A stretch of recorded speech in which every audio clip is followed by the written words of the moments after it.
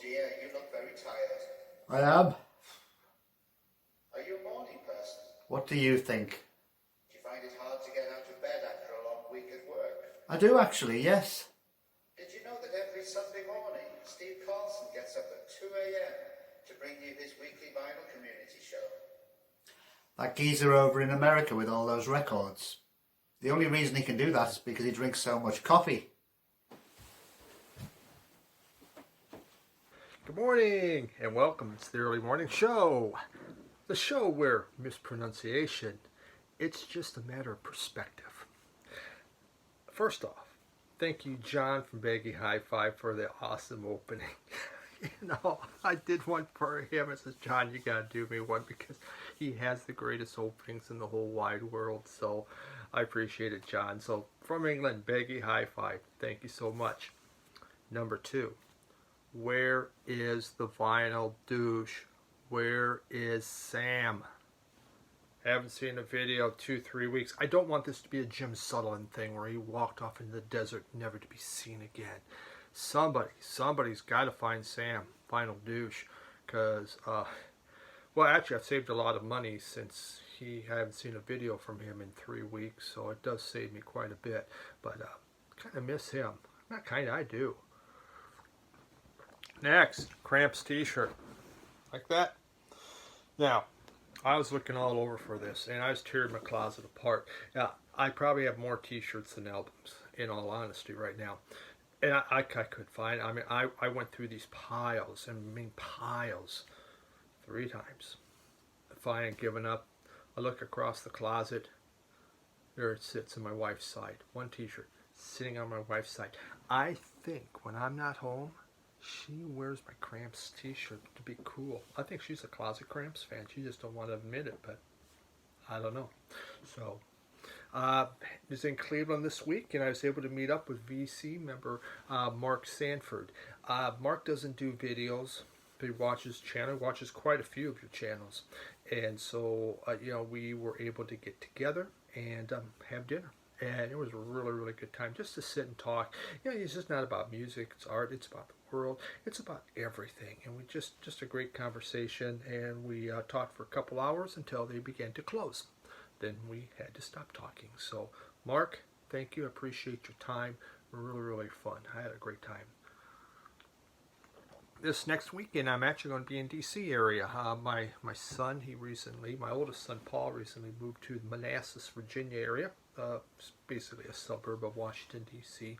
So I'm going to go down and see him. So Thursday night, the plan is I'm going to stay overnight in Philadelphia and meet up with Bill from the Vinylverse, and which super looking forward for this. So this should be really, really good. And then I'll be in the DC area. If anybody's there, you can get a hold of me. I don't know if I'm going to be able to meet or not. Depends on what's going on with I guess I'm supposed to spend time with my son, but God, I haven't seen VC people, so that's like something new and different. But we'll see. If I can, I sure in the heck will. I do have a little bit of free time in there. So that's what we got going on. And that is 3 minutes of our time with so much to talk about. So let's just begin with a couple things. This came in, and I'm just going to show it. I'm not going to talk a lot about it. It was the Third Man record album of the month, Johnny Cash. And this is a Night to Remember, May 1973 at the Mason Theater in LA. So it's just a live concert done like only Third Man can do. It is off look at that label. Nice. Their vinyl. So 73, Cash is trying to stay relevant, quite honestly, and it just gets worse for him. He also has very long hair right now, but this has his hits are on here. Does with June Carter, which I always appreciate hearing her. The medley, does a medley of Folsom Prison record, the old '97 Orange Blossom special. It's kind of fun when you get to hear them all. There is Sunday Morning Coming Down, which is great. A Boy Named Sue, just nice stuff. This album, it came with a DVD which I no longer own a DVD player. Someday I'll get one, I just haven't needed one. Johnny Cash, A Night to Remember, little thing about it, and a 45 by the Lumineers and Rusty Kelly. So it's two different groups there, an individual and a group on a neat little vinyl there. I like Lumineers a lot. I used to have some of their CDs and albums. Neat group, really enjoyed that. So that was the Third Man record of the quarter, I guess is what you would call it. Enjoyable, that's not my favorite period of Cash, but he had the hits, and it's good. Big thing, Grail. Should we talk? I don't like to use the word Grail a lot because, it's, what is it or whatever, but there it is. That's it. This is an OG. This is an original. And this thing is pristine. And there's no scuffs on that album. It's like this was played just a few times. This is from 1980. And it looks, there's a little bit of ring wear right here. Man. And you have that label on there. Boy, I'm telling you. One of my top 5 albums of all times. And I had bought a repress. And then this came up in my want list in Discogs. And I wrote to the buyer. We went to a lower price. I suggested a lower price, shall we say. And he accepted it. And so now, which is why we have my Cramps shirt. Just one of my all-time favorite albums. I really, really like the Cramps, but if I only had to be given one Cramps album, Songs the Lord Taught Us is it. It just has, the classic Drug Train TV sets on here, Garbage Man's on here, Zombie Dance, I'm Cramped, Tear It Up, and they do a Peggy Lee's Fever, and such a great, so good. Strychnine. The other one that I really will have to get is Bad Music for Bad People. Now, I saved the Cramps vinyl from the flood, almost every single piece of it, no covers. But that, and so most I won't look for an OG version. I never had one before, so that is my first to get of that in OG, so super excited. Now, on to the main event. So, Amazon, they, I don't know, once in a while you hit these sales where they're having, and they had a big sale on this group, the Ravenettes. I mean, they were all on sale, and it's like the Ravenettes it's a favorite group. They're out of they're Danish, Denmark, actually from Copenhagen. They formed in 2001. In 2018, they went on hiatus. They're not broken up. They're on hiatus. There's a difference. It's a 2-person group. There's Sune, S-U-N-E, Sune Rose Wagner, we'll call him Mr. Wagner, on guitars and vocals. And then Sharon Fu, and she plays bass and vocals. They really, they were inspired by, their vocals are inspired by the Everly Brothers, and it's really a nice 2-part harmony that they have. But then, it's just, the guitars, they're they're hard edged, and there's this noise, this shoegaze type feel that goes on in the background. It's really, really neat. The lyrics generally are quite dark. This isn't normally a very, very happy group. This was their second album. Really, really good album. This is, it's pretty in black, has that film noir type look. This came out in 2005. On it, Ronnie Spector sings on it. Mo Tucker from Velvet Underground, she plays on a number of different tracks. And Martin Reb from Suicide, he plays on one of the tracks. So they really got some cool people on here. It just really, there's extremely twangy guitars, that rockabilly twang guitar, and the echo. Outstanding, really good album, that one. Then there was this is Lust, Lust, Lust, and this came out in 2007. one of my favorite of the Ravenettes. I really like this, and I had almost everything they did in CD. So now it's kind of fun to get this. So third album here. On this one, it was more just those two doing it, and it really has a more shoegaze noise pop type sound to it.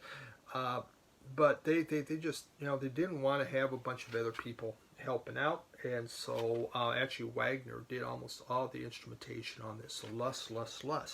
So then, how about, I don't have their fourth, but their fifth album was Raven in the Grave. And Raven in the Grave came out in 2011. This is I should have pulled those off. Sorry about that. This is a really gothic album, or more, not gothic. It is more goth oriented. It's a really dark album too. But the harmonies in here, there's just some incredibly beautiful sounding harmonies that are going on. Really nice stuff. Just not as good as the first two I showed. I mean, again, as I mentioned, Lust is by far my favorite. Sorry, I'm trying to keep things from breaking here and falling apart. Okay. And then the last one, this is their sixth album. This came out in 2012. And Observator.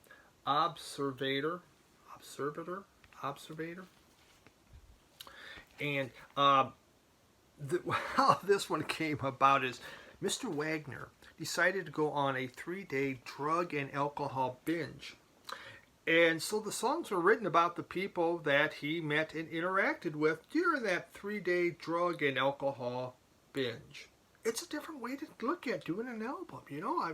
I guess maybe people have been doing it for a long time. Drop some LSD, let's make an album, let's go. But that's what he did. Again, there's a lot of shoegaze type drone going on in here. He was listening to the Doors during all of this, and so you do hear that influence. Great stuff, great group from Denmark. I have shown a lot of Danish music. There is so much cool stuff that happens in that little country. Really been enjoying it.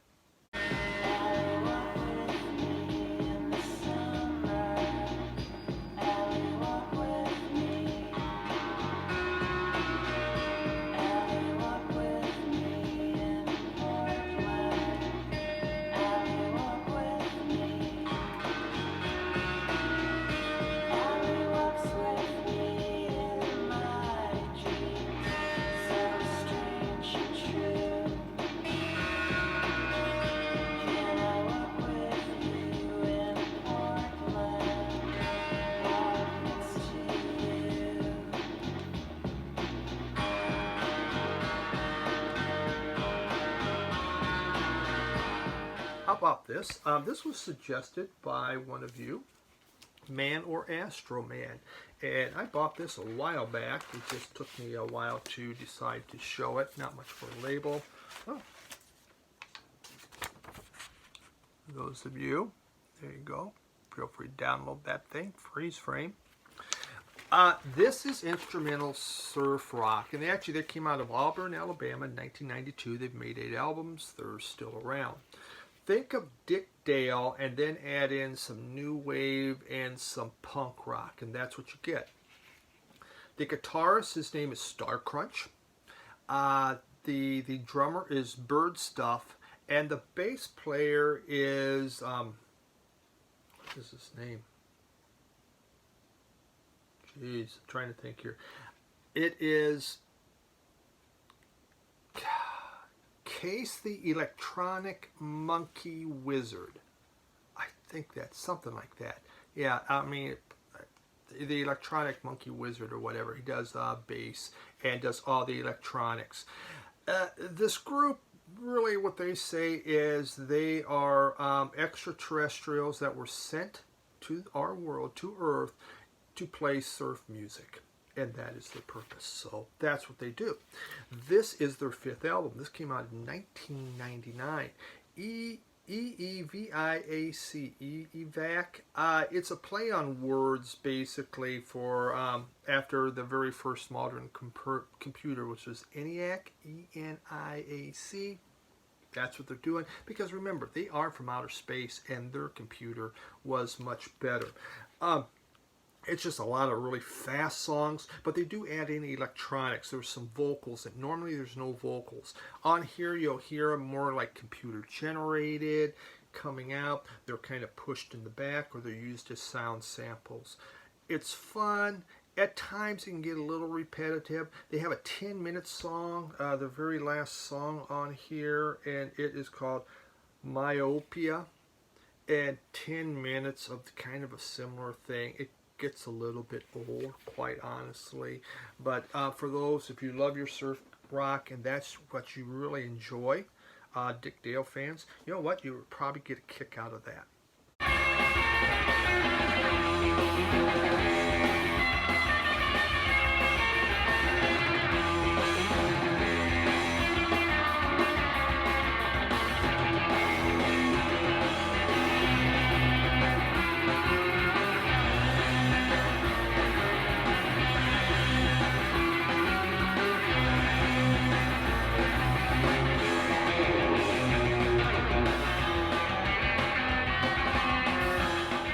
How about a tone poet? We have this Herbie Hancock, My Point of View. This came out in 1963. There we go. You know, I always save that for each and every one of you. This is his second album, and that he did. And, you know, so here he is. He's just, you know, just maybe 20 or whatever. Just getting started. His second album, he brings in a septet. 7 members. That's just crazy. Donald Byrd on trumpet. Gretchen Monker III on trombone, Hank Mobley tenor sax, Herbie Hancock's on piano, Grant Green on guitar, Chuck Israelis bass, Anthony Williams on drugs. Drugs. Oh, maybe he was. I don't know. Drums. Wow. Okay. I'm still thinking the Ravenettes here. This hard basic kind of a hard bop type foundation going on. It's 5 original compositions. Herbie Hancock is just, he's on fire what he's putting out. His early stuff, those first 4 albums, I think are incredible. They're my favorite in his catalog. This is so stinking good. Blind Man, Blind Man. It starts off with that. It just has this soulful side. And when you hear it, basically you hear the you hear from his first album, from, you know, one of his biggest hits is Watermelon Man. You can feel that kind of vibe going on within that, but yet it's more, a little more adventurous. And Grant Green's guitar soloing on there is incredible. It sounds so damn good. The Pleasure, I mean, the Pleasure is Mine. The Pleasure is Mine. It's a nice, simple ballad. Nothing special, but really quiet. And What I Don't has this blues groove, and What If I Don't, it's called. It has this nice blues groove, and everybody has these great solos in here. This was such a good one. You know, for those that, you know, are newer into jazz and you just want something to enjoy, or if you want something to enjoy, this is a great album. Man, pick that thing up. Really, really good. Herbie Hancock's Point of View.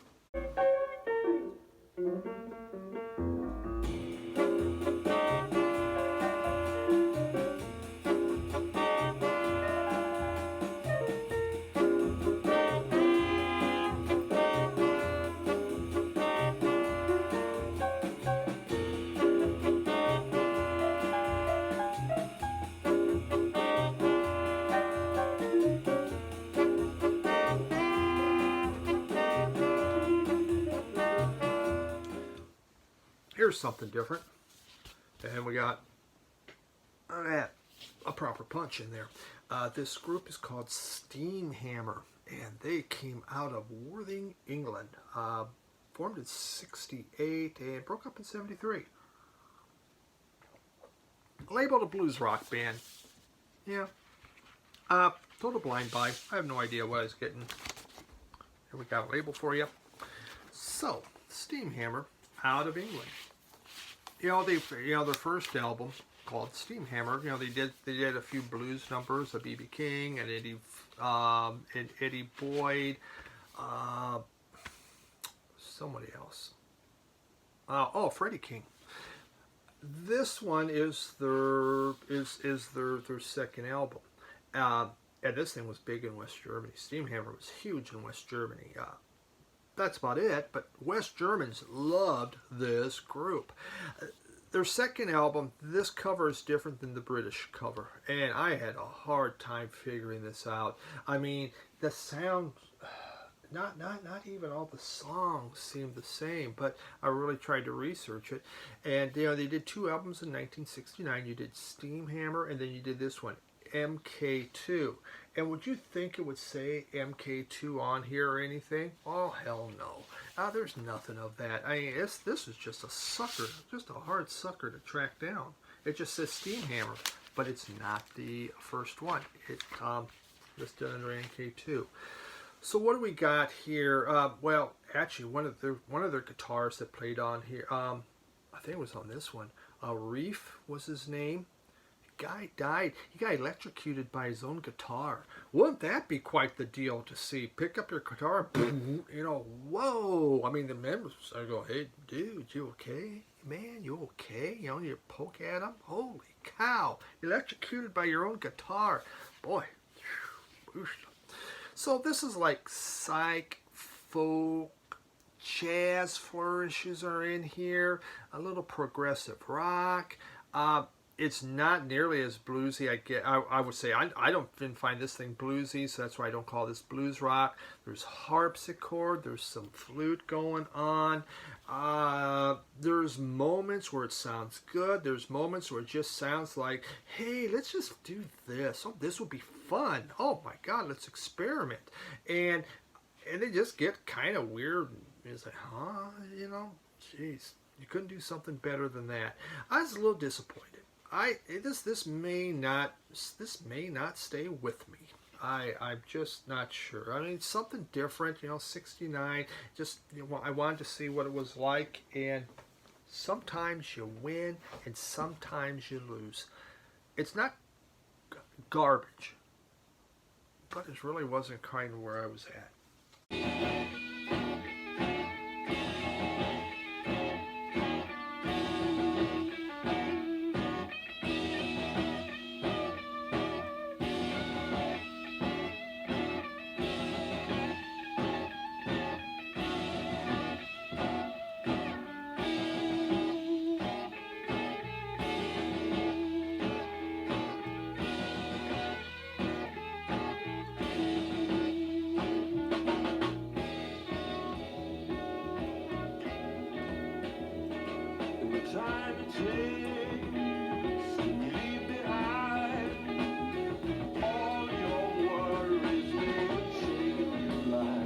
Okay, let's think here we go. I'll show this one. Here we go. Fleetwood Mac in Chicago. Pick this up. They went to Chicago and they decided to play some blues with, you had Otis Spann, Willie Dixon, Shaky Horton, Buddy Guy, Homeboy Edwards, S.P. Leary. Sire, so it's probably a repress on here. Just wonderful blues. I mean, here it is, Pete Green showing what he can do, playing the blues and playing the blues better than most anybody else. This was Fleetwood Mac having a great time. They went to Chicago and they just began, they played some Pete Green songs on here. He has a few. There's I think 2 songs from Pete Green. There are 2 songs from Kerwin and 2 songs from Jeremy Spencer. So they each had 2, and the rest are blues classics. Just for if you like the blues, Fleetwood Mac in Chicago, you're going to be super happy with it. Enjoy that. Mike, Retro Spin Vinyl, formerly Guitar Player 007, or I always mess that up, but I can't get Retro Spin Vinyl. He sent me this. We had done a collaboration, and he suggested that I watch this. It's a big collaboration. If you missed it, I did a over a 2-hour one with Mazzy, with Mike 45 RPM, and Michael from Noted and Archived. What a fun time on collecting. Just talking about collecting and how we do it. It's 2 hours of your time. Can you believe it? Video of me went long. But he sent me this from Hayden. Just wonderful. It's the Symphony number 96 and 101. The Miracle Symphony and Clock Symphony. Beautiful music. The Miracle Symphony, they called it that because the chandelier came crashing down when they were playing it for the first time. And they go, whoa! It's a miracle. No one was hurt. The Miracle Symphony. Hayden, he really was one of the people that started the symphony and the string quartets. He's the father of that. Super fun, super happy music.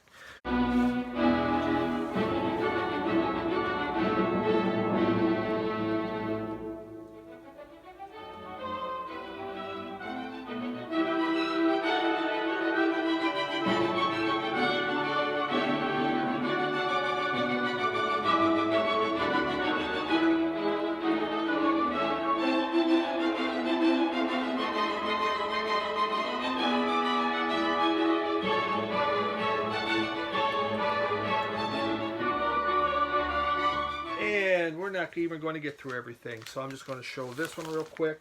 Hard Rock, Hard Road with John Mayall. This was their third album. This one had Pete Green in there, actually, and also from Fleetwood Mac was John McVie.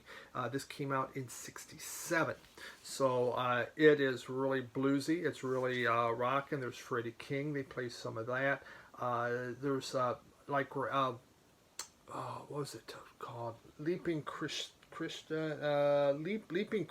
just a rambunctious rocker. Really, really enjoyed this thing. And you can also get a feel. There's a song called Supernatural. You can hear kind of the beginning of Black Magic Woman. I mean, you have that kind of rhythm and everything going on in the background. You can feel where Santana's going to go and where Fleetwood Mac will eventually go. So, great stuff. So there we have it. That was a lot. Thank you so much. As usual, we went long.